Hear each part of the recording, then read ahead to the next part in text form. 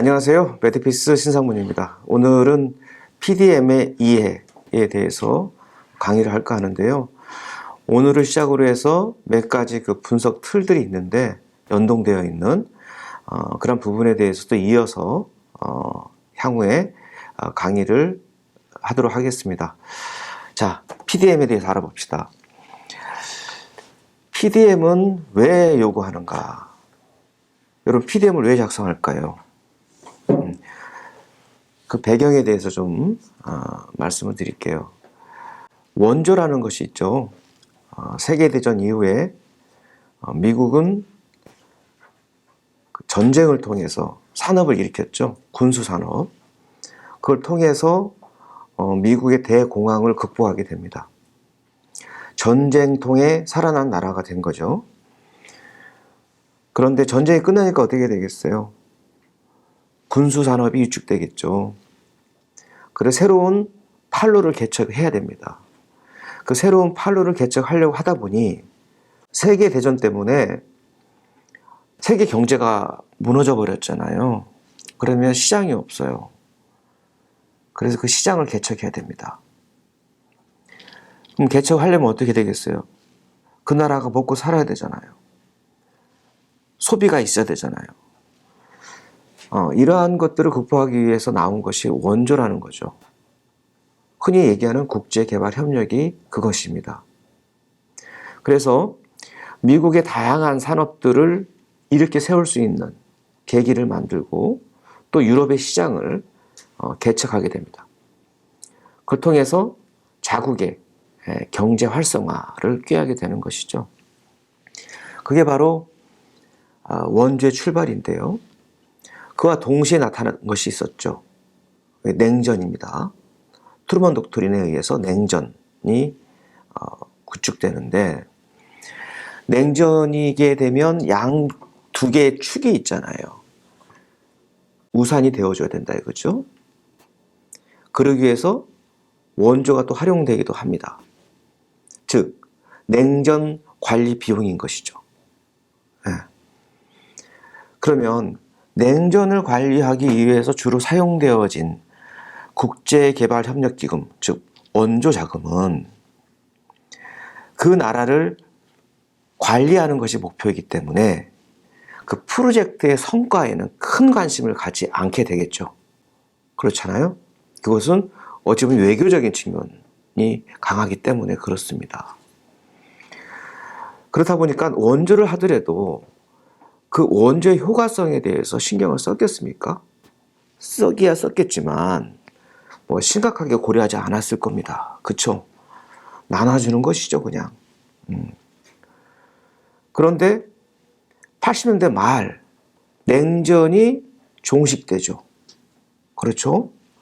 그러면 양축의 우산 역할을 하는 데 있어서 총알이 되었던 원조 자금, 원조는 새로운 측면에서 바라보게 됩니다. 그죠? 80년대에 원조 필요라는 것이 나타나요. 그런 용어가 나타나요. 주로 NGO에서 얘기를 하게 되는 거죠. 아니, 원조를 해줬으면 원조를 해준 양만큼 더 나아져야 되잖아요.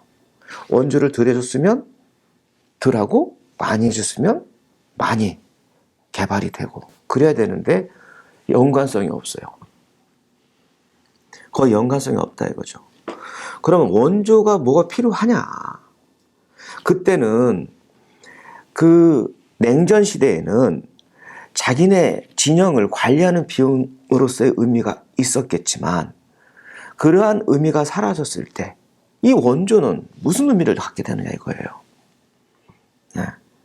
그러면 생각을 해보자. 개발의 의미란 무엇일까? 이런 것에 대해서 계속 논쟁을 하게 됩니다. 철학자들이 거기에 뛰어들게 되고 여러분들이 잘 알고 있는 그런 철학자들은 그때 등장하죠, 주로. 그러면서 이 원조 피로에서 벗어나는 원조 효과성에 대해서 원조의 진짜 의미는 무엇일까? 이러한 논의를 시작합니다. 개발이란 무엇인가? 뭐 이런 거 말이죠. 그러면서 많은 나라에서 이 문제점들을 공유하게 돼요. 심각하다 이거. 돈 많이 드는데. 그래서 고위급 회담이라는 것을 개최하게 됩니다. 2000년대에 들어서면서. 그리고 의미 있는 선언이 나타나게 되죠. 처음에 로마, 파리, 아크라, 부산 이렇게 해줬죠. 근데 파리에서 2005년도에 이 원조 효과성에 대한 5대 원칙을 얘기하게 됩니다. 이것이 바로 이제 효과적인 원조, 효율적인 원조, 좀 더 인도주의적인 원조, 실제 개발에 기여할 수 있는 원조, 이것은 무엇일까? 이러한 부분에 대해서 의견을 모으게 된 거죠. 그래서 파리 선언에서 얘기했던 5가지 한번 볼까요? 협력국의 주인의식이 중요하다. 이겁니다. 오너십이라고 하죠. 그럼 그전에는 어떻게 했길래? 이거 해라, 저거 해라, 저거 해라 이렇게 했겠죠? 그 나라의 사정, 그 나라가 주체적으로 그 원조 자금을 활용하는 그런 현상들, 이것이 그리 많지 않았던 모양이죠. 그래서 협력국이라는 것은 원조를 받는 나라입니다. 그 주인의식을 가져야 된다. 협력국이 빈곤 감소, 제도 개선, 부패 척결을 위해서 자체 전략을 설정해라. 거기에 따라서 하겠다. 예컨대 이런 겁니다. 경제개발 5개년 계획. 그런 거 말하죠. 우리나라 그거 있었죠? 여러분들 조사를 하다 보면은 그 나라의 현황에 대한 조사를 하게 되잖아요. 보면은 타당성. 이거를 찾아볼 때 주로 뭘 봅니까? 그 나라에 무슨 플랜이 있는지 확인해 보잖아요. 그리고 이것은 그 나라의 정책 기조와 일치한다. 이것들을 보여주려고 하죠. 그러니까 오너십이 있다라는 것을 증명해 보이는 겁니다. 두 번째, 협력국의 개발 전략과 공여국의 원조 공여국은 협력국의 목표에 원조 정책을 일치하고 그리고 협력국의 시스템을 활용해야 된다. 이런 얘기입니다. 세 번째는 공여국 간, 그 원조를 해주는 나라들 간에 원조 조화가 있어야 된다. 그렇죠. 했던 것도 하고, 또 어떤 특정한 분야에 대해서만 하게 되고, 이런 일들이 나타나게 된다는 거예요. 낭비가 이루어질 수 있는 거죠. 그렇기 때문에 그 공여국 간의 협력을 통해서 이 나라에서는 어떻게 하면 좋을까라는 그러한 그 협의들을 각 나라별로도 하고요. 또 세계적으로는 어디서 합니까? 그거를 다크에서 하죠. 그래서 그 원조 조화를 이루자라는 것이 있었습니다. 네 번째는 성과지향적 관리입니다. 성과지향적 관리. 성과에 초점을 맞추자 이거예요. 주는 데 의미가 있는 것이 아니라 그 성과를 만들어내야 된다는 거예요. 그렇죠? 그전에는 그렇게 안 했다는 거예요. 그리고 또 성과를 들여다보지 않기 때문에 거기에서 뭡니까? 부정부패들이 또 많이 나타나기도 하죠. 다섯 번째, 상호 책임성입니다. 공여국과 협력국은 개발 성과에 상호 책임을 진다. 그렇죠. 그 결과를 같이 책임지는 거예요. 자, 여기서 주로 이제 나오는 게 뭐냐면 효과성과 효율성 문제를 많이 다루게 됩니다. 효과가 있어야 된다는 겁니다. 자, 아크라 행동계획 그 다음에 또 있었죠. 거기에서는 주인의식, 포괄적 파트너십, 성과지향, 또 성과지향이 또 들어가 있습니다. 또 이때는 특히 NGO의 참여 보장, 참여 확대, 이것이 중요한 이슈가 있었죠. 부산에서는 뭐가 있었습니까? 원조 효과성을 심화시키는데 여기에는 여러 가지 문제가 있지만 좀 더 디테일하게 또한 어떤 분야가 지금 원조 효과성을 높일 수 있는데 적합한지 어디에 우선순위를 둬야 될지 이런 부분에서 특히 더 많은 논의를 하고 아크라에 이어서 NGO의 활동 영역이 넓어졌죠. 이렇게 됐습니다. 이 일련의 흐름을 보게 되면 원조가 효과적으로 이루어져야 된다라는 것에 집중하고 있는 겁니다. 이러한 배경에서 PDM이 등장하게 되는 거죠. 자, 앞서 이런 원조 효과성을 증진시키기 위해서 이 원조는 어떻게 해야 되느냐, 국제개발협력은 어떻게 가야 되느냐라는 논의의 종결점이 성과 중심 관리 체계를 만들어야 된다라는 거였어요. 사업 기획과 사업 결과를 연계해서 효과성을 제고하자. 프로젝트 관리와 모니터링 평가를 동시에 실행하자라는 겁니다. 그러기 위해서는 논리 모형 접근법을 활용해야 된다라는 거예요. 논리 모형이 뭡니까? 논리 모형.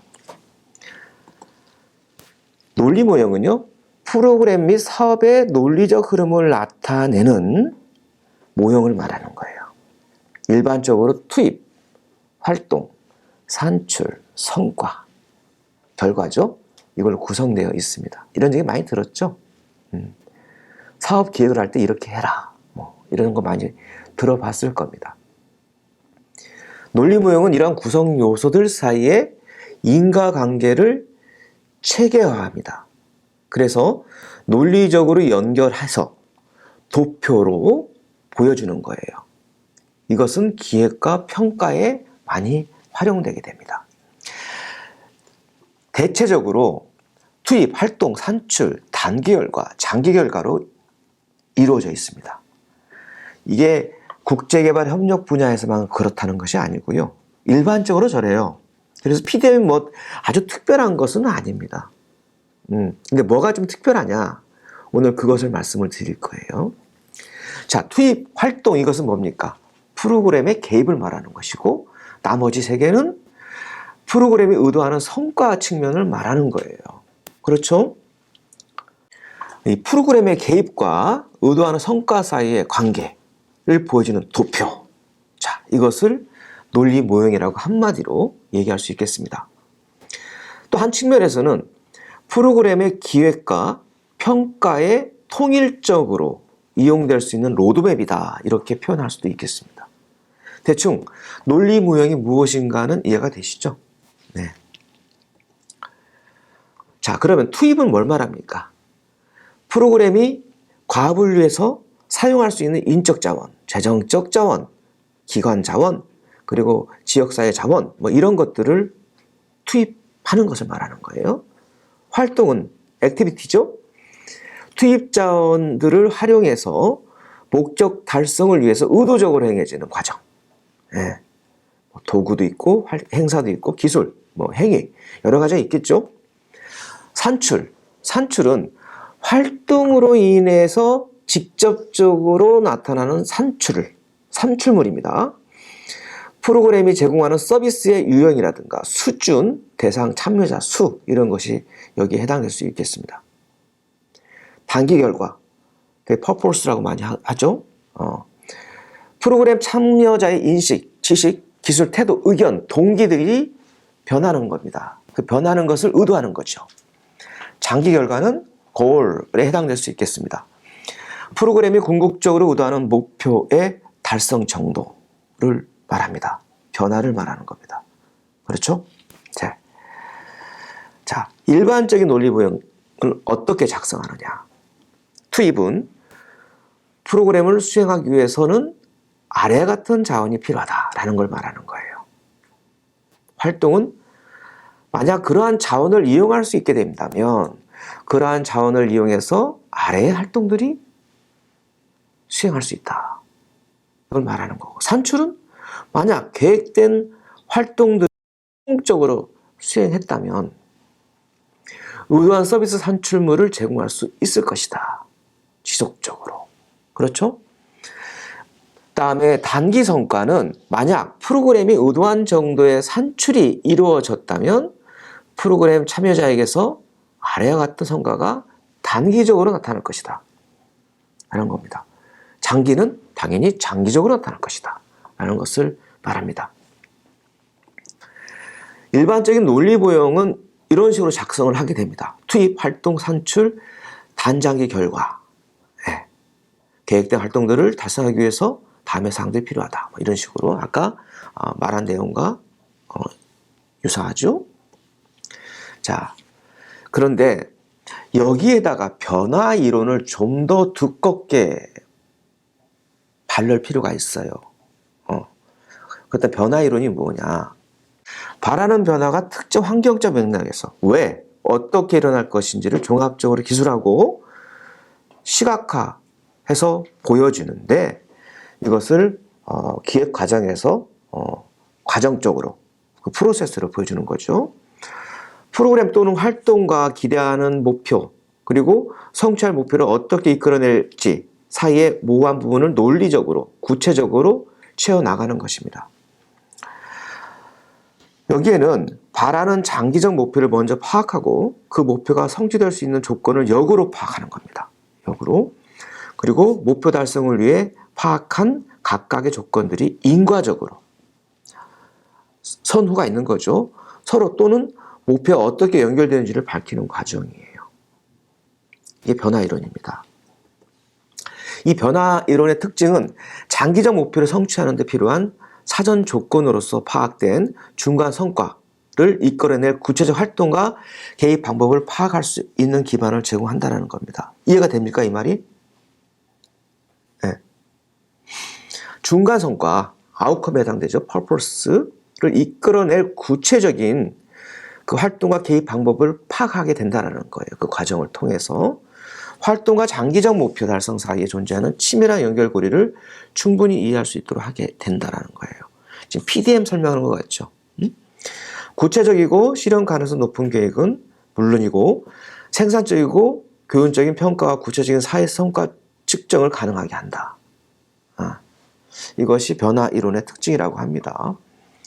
작성 과정은 이렇게 돼요. 장기적 목표 파악하기, 역추적 논리관계 도식화 및 중간성과 연결짓기, 그리고 성과 조출 논리틀 완성짓기, 논리관계 현실화를 위해 필요한 과정 파악하기, 각 단계별 지표 설정하기, 개입활동 파악하기, 이겁니다.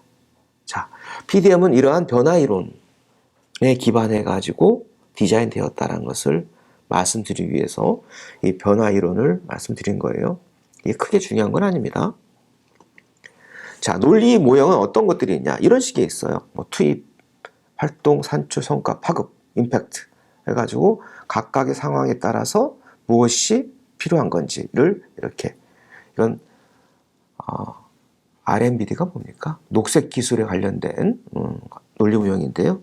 그냥 이런 게 있다라면 보면 되는 겁니다. 또 이런 논리무형도 있을 수 있다. 그 프로젝트의 성격에 따라서 다양한 논리무형이 개발될 수 있다는 걸 보여주기 위해서 가져온 겁니다.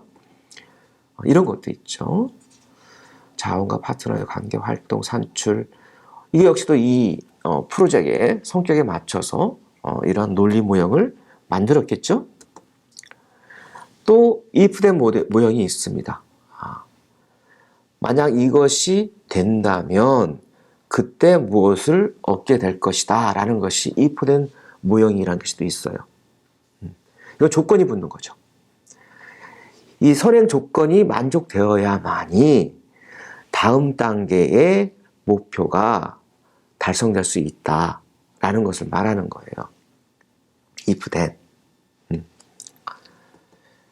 자, 그렇다면 PDM으로 한번 가봅시다. PDM은 프로젝트 디자인 매트릭스죠. 매트릭스가 뭡니까?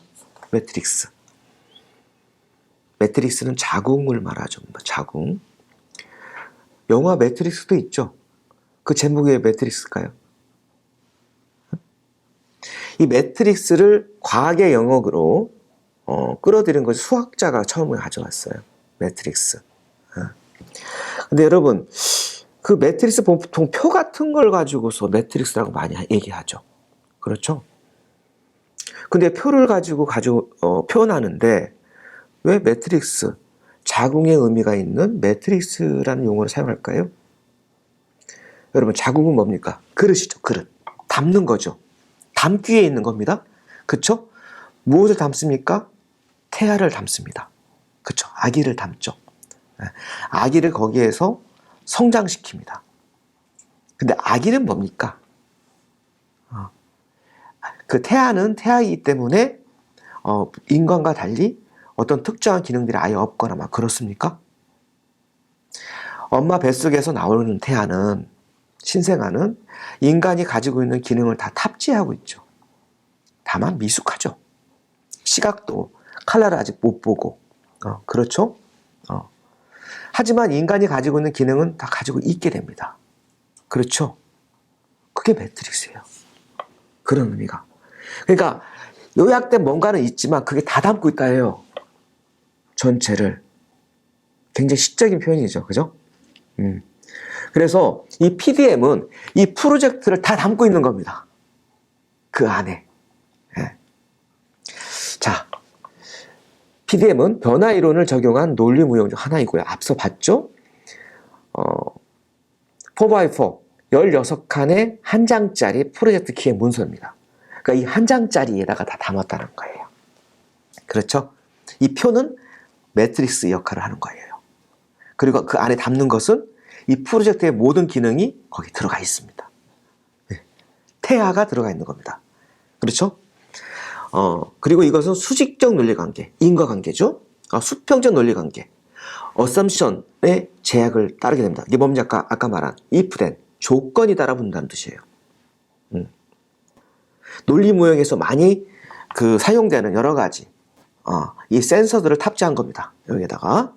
그다음에 이해관계자 분석, 문제 분석, 모피 분석 등을 통해서 PDM의 구성 요소를 구성하게 됩니다. 이 얘기는 오늘 안 할 거예요. 다음 시간에 하게 될 건데, 여러분 이해관계자 분석도 하고 문제 분석도 하고 모피 분석도 하고 막 그러잖아요. 이걸 순서적으로 하는 게 맞다라고 되어 있어요. 맨 처음 이해관계자 분석 어쩌고저쩌고 해가지고 그렇게 한번 해보세요. 되나? 안 되죠? 그렇게 기억하는 건 아니죠. 이게 다 섞여 있습니다. 순서를 말하는 건 아니라고 난 봐요. 어찌 무슨 새로운 프로젝트를 실행을 하게 될 때 이해관계자 분석을 해보고 이럼으로써 목표가 이거다라고 생각을 하고 그렇게 하면서 쫙 디자인합니까? 되게 거꾸로죠. 뭘 하고 싶은 거예요. 그렇죠? 먼저 고를 생각하죠, 보통. 퍼포스를 먼저 생각하고요. 그 다음에 이것이 맞나 틀리나를 검토해보는 거죠. 그러면서 이해관계자 분석도 하고, 그리고 뭐 문제 분석도 한번 더 체계적으로 해보고, 우리가 딱 체계적으로 분석하지 않더라도 어떤 문제가 있는 것은 대략적으로 파악은 하잖아요. 근데 이게 정확한지 한번 더 검토해보고, 우리가 목표로 설정한 것이 현실적으로 가능한지 아닌지를 한번 더 검토해보고, 뭐 이렇게 가는 거 아니겠습니까? 근데 그런 과정에서 나왔던 많은 결론들이 PDM에 담아져 있는 겁니다. 심지어는 뭐까지 들어있습니까? 성과 관리까지 들어가 있지 않습니까? 그렇죠? 자, 수직적 논리관계는 뭐냐? 이걸 말하는 거예요. input, activity, output, purpose, goal 이렇게 해서 수직적 논리관계가 이루어집니다. 보통은 우리가 사업을 기획할 때는 초기에 어떻게 들어가죠? 거꾸로 들어가죠. goal 생각하고 purpose도 생각해보고 그럼 필요한 게 뭐지? 산출물이 뭐가 필요하지? output 생각해보고 이 산출물을 만들기 위해서 무슨 액티비티가 필요할까? 고민하잖아요, 보통. 그렇죠? 하지만 이것을 논리적으로 엮어낼 때는 이런 식으로 소직적 논리 관계를 만들어 놓는 겁니다. 그래야지 논리 구성이 완벽해진다 이거예요. 이것을 하나의 구조화하게 되면요, 딱딱하게 만들게 되면요, 실제의 실무적인 차원에서 진행한 거하고는 조금 동떨어질 수 있어요. 하지만 이렇게 만들어 놓은 것은 감사하다라고 생각하면서 보면 될 것 같아요. 그렇죠? 수평적 논리 관계가 또 있죠. 아까 말한 된다면 하는 겁니다. 이걸 가정이라고 얘기를 하는데 저는 assumption은 가정의 의미도 있고 조건의 의미도 있어요. 제가 막 뒤져봤어요. 사전을 계속 뒤져봤는데 그럼 고민을 많이 해봤어요. 가정으로 설명하는 게 맞을까? 조건으로 설명하는 게 맞을까? 결론은 둘 다 맞다예요. 근데 우리가 이해하기 쉽게는 조건이 더 맞는 것 같아요. 이런 거 있잖아. 너 내 말 잘 들으면 사탕 사줄게. 말을 안 들으면 안 사주는 거잖아요. 그건 조건을 건 거잖아요. 딜한 거잖아요. 응? 근데 한 발자국 이렇게 물러서 가지고 네가 만약 내 말을 듣는다면 안 들을 수도 있고 괜찮아. 그렇다면 사탕 사줄게. 그럼 가정이라고도 볼 수도 있죠. 그렇죠? 근데 가정으로 많이 해석하는 이유가 뭐냐면 이게 외부 조건이거든요. 외부 조건. 내가 핸들링할 수 없는 외부 조건을 말하는 거여서 그래서들 많이 가정으로 해석하는 것 같아요. 자, if된 가정. 한 번 더 보여드릴게. 이런 식으로 되는 거죠. 그렇죠? 투입을 했어. 액티비티에 들어갔어. 액티비티 하면은 산출이 바로 나오나? 천만의 말씀. 뭐 조건을 채워줘야 돼. 채워졌어? 이게 이 수평자라는 것이 뭐냐면 같이 이루어져야 되기 때문에 그런 수평자라고 표현한 거예요. 그렇잖아요. 하나만 되는 게 아니라 이 바퀴 두 개가 다 달려야지 가능하다. 그래서 수평적으로 논리 구조가 만들어진다. 이겁니다. 여기까지 이해되셨죠? 네. 이거 PDM 복잡한 거 아니에요. 굉장히 단순한 논리입니다. 근데 이러한 그 논리 무형에 친숙하지 않다 보니까 우리는 항상 지 멋대로 생각하는 습관이 있어요. 근데 이 틀에 막 집어 넣으니까 매트릭스 안에다가 그러니까 막 뻣뻣한 거예요, 몸이. 그래서 어렵게 느껴지는 거지 PDM 어려운 거 아닙니다. 굉장히 간단한 겁니다.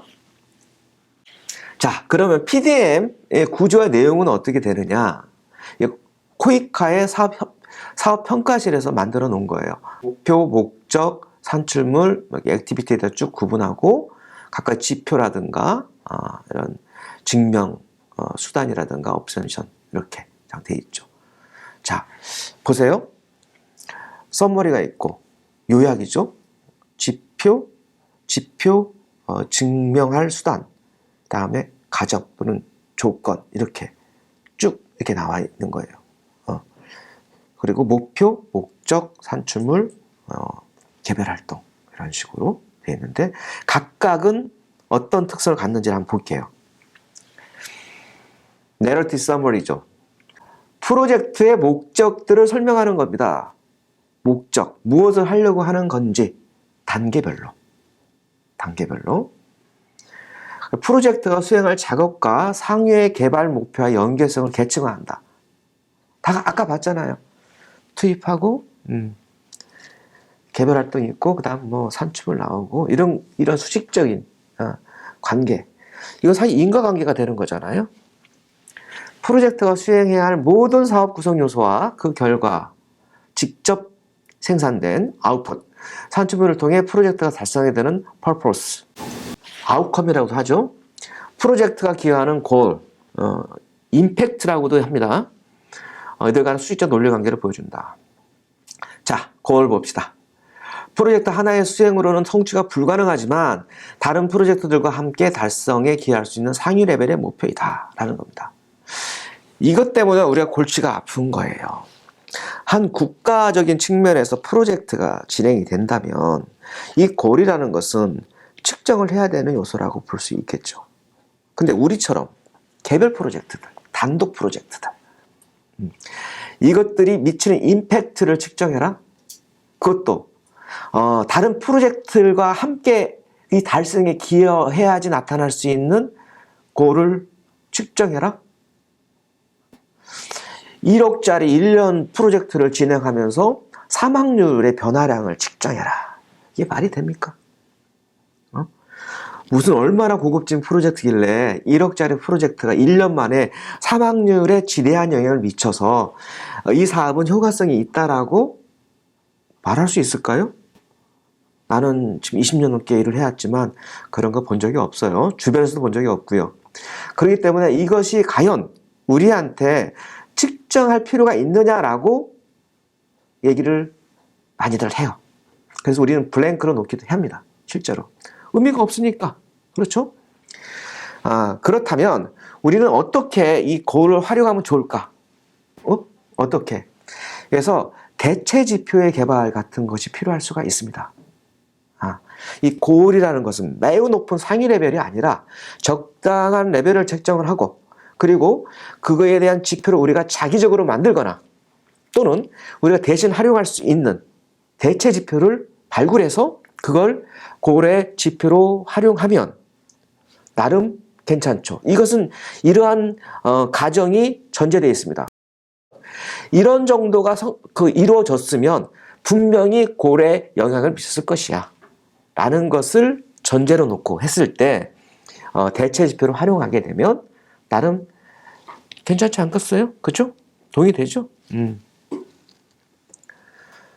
이거 잘 모르는 사람들은 그러잖아요. 콜 지표를 왜 안 만드셨어요? 그거 꼭 만들어야 돼요.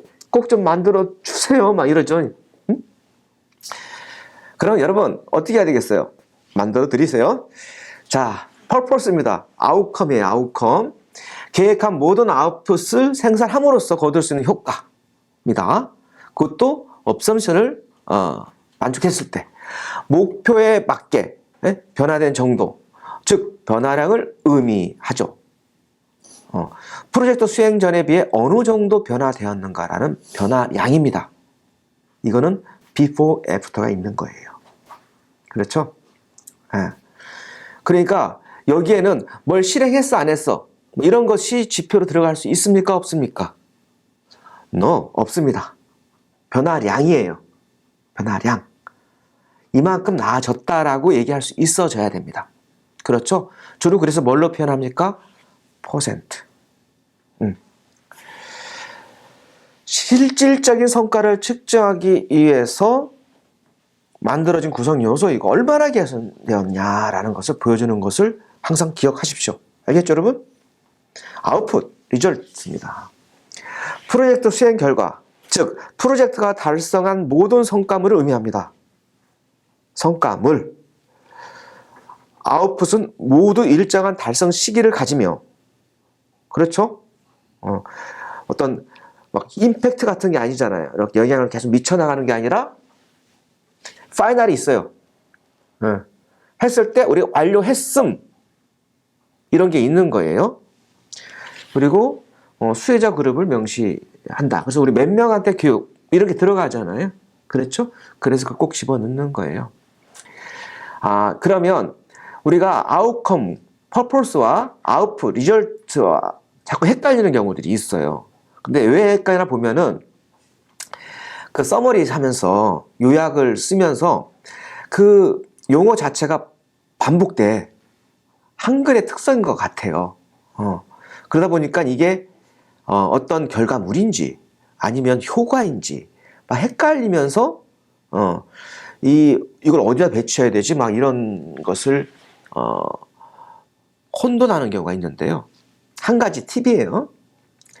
아웃풋은요 스틸 사진이다 이렇게 보시면 돼요. 여러분 어떤 이벤트가 끝나면 뭐합니까? 다 모여서 기념사진 찍잖아요. 그럼 프랭카드에 뭐가 실리죠? 아웃풋이 실려 있습니다. 뭐 세미나 써 있고요. 그렇죠? 뭐 수료식 써 있고 그렇잖아요. 단 한 장의 스틸 사진이 나올 수 있으면 그것은 아웃풋이에요. 퍼포스는 단 한 장의 스틸 사진이 나올 수 있습니까? 나올 수 있다면 뭡니까? 그래프가 나오겠죠. 사진이 아니라. 그렇죠? 그래서 이 아웃컴과 아웃풋은 이렇게 구분하시라. 앞으로 더 이상 헷갈리지 않기. 아시겠죠? 네. 자, 액티비티입니다. 활동이에요, 활동. 이것은 이 액티비티는 종속되어 있습니다. 뭐에? 아웃풋에. 아웃풋을 만들어내기 위한 활동이 바로 이런 액티비티예요. 아시겠죠? 근데 아웃풋이 이렇게 없는데 이것도 해야지 하고 액티비티를 막 집어넣어. 이건 뭐다? 반칙이다. 이 액티비티는 그 자기 주인님이 계세요. 그래서 그 번호를 넘버링을 해가지고 하는 게 맞다. 그러면 여러분들 어떻게 이해하면 좋으냐? 투두리스트라고 생각하시면 돼요. 실무적으로 판단할 때. 투두리스트가 뭐더라? 거기서 이제 큰 꼭지들을 담아내면 이것이 액티비티가 되는 겁니다. 아시겠죠? 자, 퍼포스는 그래프를 기억해라. 아웃풋은 스틸 사진을 기억해라. 액티비티는 투두리스트를 기억하시면 됩니다. 네, 그러면 큰 착오 없이 될 것이다 랍니다. 인풋이죠. 인풋. 인적 자원, 물적 자원, 자금 등 모든 상황이고 각 액티비티별로 번호를 부여하고 막 하라고 막 써 있어요. 그렇게 하면 어떻게 되죠? 책 한 권이 되죠. 그렇게 하지 마세요. 그냥 큰 꼭지만 여기 우리의 경우는 그렇습니다. 우리의 경우는 큰 꼭지만 담아 놓으면 됩니다. 어차피 그건 다 검토해 가지고서 예산 다 책정해 가지고서 뭐 보조금을 주거나 어떻게 된 거잖아요. 이미 다 선행되어 있어요. 이 작업이. 우리의 경우는 그렇다는 겁니다. 우리의 경우는. 또 이것을 간단하게 기록해 주시면 됩니다. 여러분, 인풋 단계의 assumption 이것이 만족되지 않으면 어떻게 될 것 같으세요?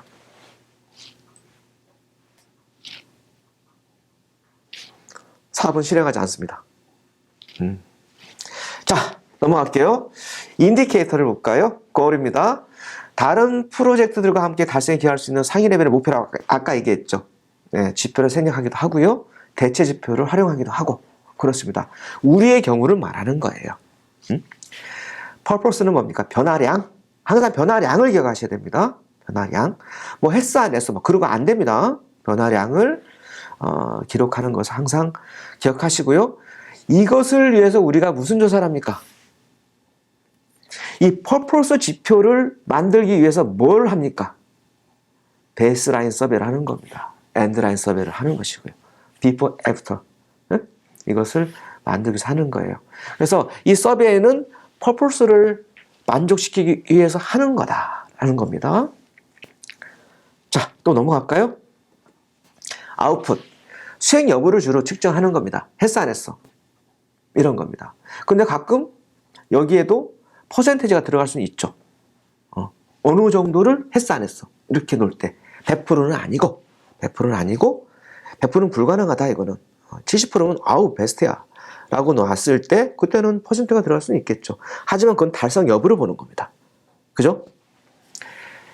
자, 프로젝트의 수행에 따른 성과이기는 합니다. 이게 성과에는 들어갑니다. 산출물도. 그러나 어떤 효과를 가져왔는지를 확인할 수 있는 지표는 아닙니다. 절대로. 여러분, 자, 30명의 학생이 있어요. 강의실에 앉았습니다. 전부 다 100% 출석을 했어요. 일주일 동안. 그리고 똑같이 다 수업을 풀로 다 들었습니다. 자, 그러면 모든 사람이 똑같은 효과를 가져갑니까? 그렇지 않아요. 그래서 수업을 했냐 안 했냐, 수업에 참여했냐 안 했냐, 이것만을 판단할 뿐이지 그 사람이 얼마나 실력이 늘었냐를 측정하는 것은 아니라는 겁니다. 아시겠죠? 네. 액티비티 인풋에는 별도 지표가 없습니다. 왜 없습니까? 이건 성과 영역이 아니기 때문에 그래요. 이건 개입의 영역입니다. 개입이기 때문에 지표는 없다 이겁니다. 자, 그러면 지표를 얼마나 달성했는지 증명해 보여야 되잖아요. 그럼 뭘로 증명해 보일래? 라고 묻는 거예요. 뭘로 증명해 보이겠노? 그냥 우리 문서 증명해 보이는 것이지 라고 생각할 수 있겠죠. 왜? 우린 그런 경우가 많으니까. 하지만 국가 단위의 큰 프로젝트의 경우에는 국가별로 매년 측정하거나 뭐 경년으로 측정하고 있는 그런 서베이들이 있잖아요. 그러니까 국가 데이터베이스가 있지 않습니까? 그걸 통해서 증명해 보이게, 예. 그럴 필요성이 있었을 때, 무슨 수단이냐라고, 얘기를 해야 되잖아요. 그럴 때 주로 사용되는 것이죠. 하지만, 이 출처만 의미하는 것도 아니에요. 뭐가 있냐면, 수집 빈도라든가, 수집 책임자라든가, 방법, 시기, 수집 형식, 이런 것도 들어갈 수가 있어요. 예. 우린 주로 생략을 합니다. 왜 그래요? 뻔하니까.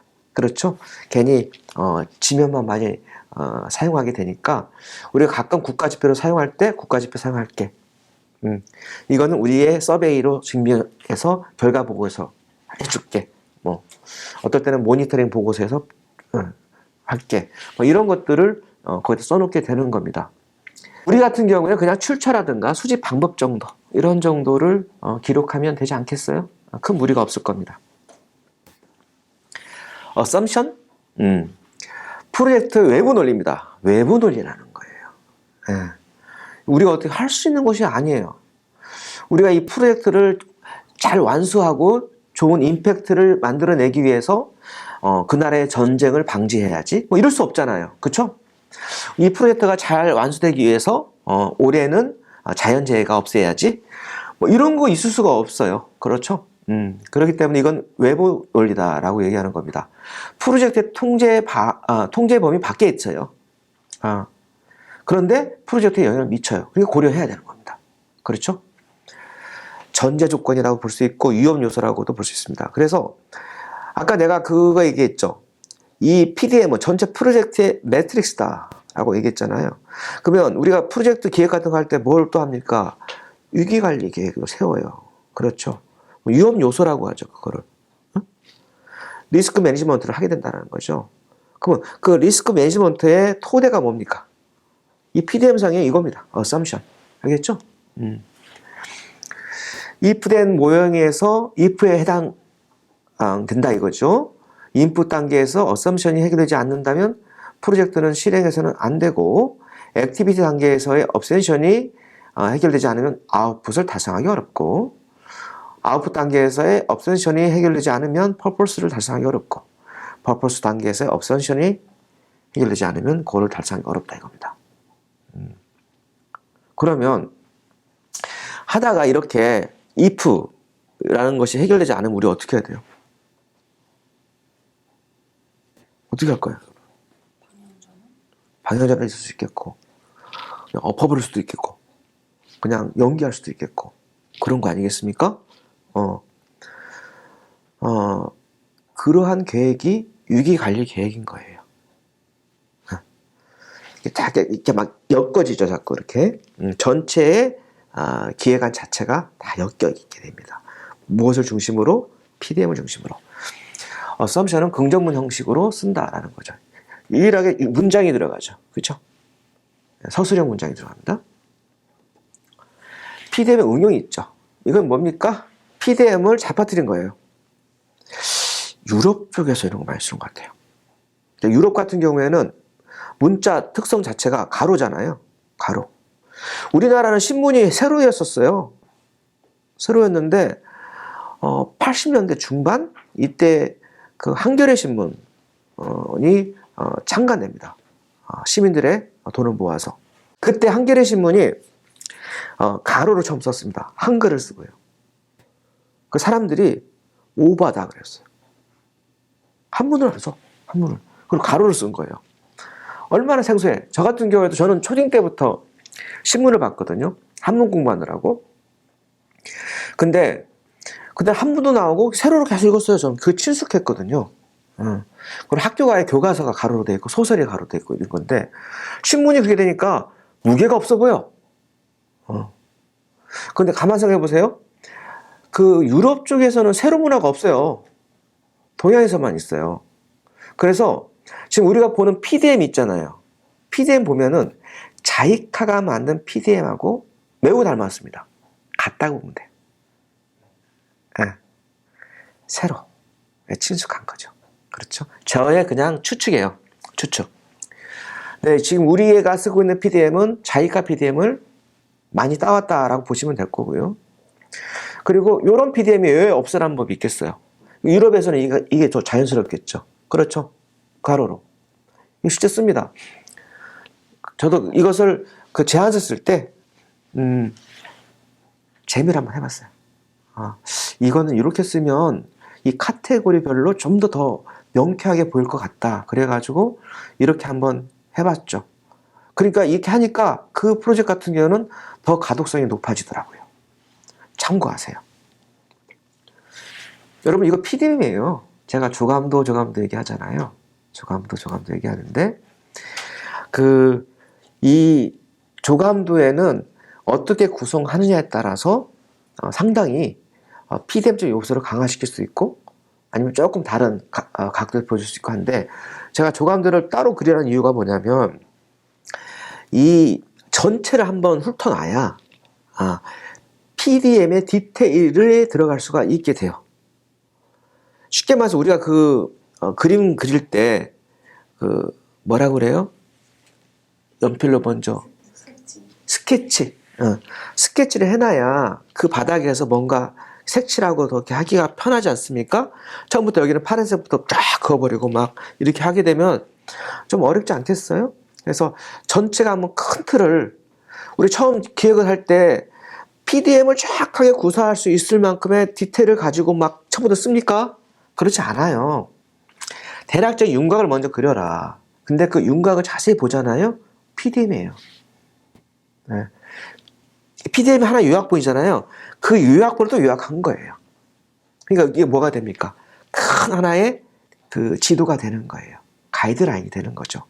그걸 해놔야 왔다 갔다 하지 않다 이거죠. 이게 이제 그 조감도잖아요. 근데 조감도 자세히 보세요. PDM이잖아요. 그렇죠? 지금 형식 4x4 이거는 코이카가 제시한 그런 PDM인 거예요. 그리고 우리는 거기 주로 이제 코이카로부터 우리가 펀딩을 하기 때문에 이 부분에 대해서 자꾸 연구를 해보는 거죠. 근데 우리가 코이카 아닌 다른 펀더한테 제안할 때는 PDM 집어넣습니까? 대부분 안 넣어요. 그렇죠? 또 우리 나름대로의 논리 모형을 만들어 제시합니다. 그렇지 않습니까? 네. 이런 연습을 많이 하시면 좋겠다 이겁니다.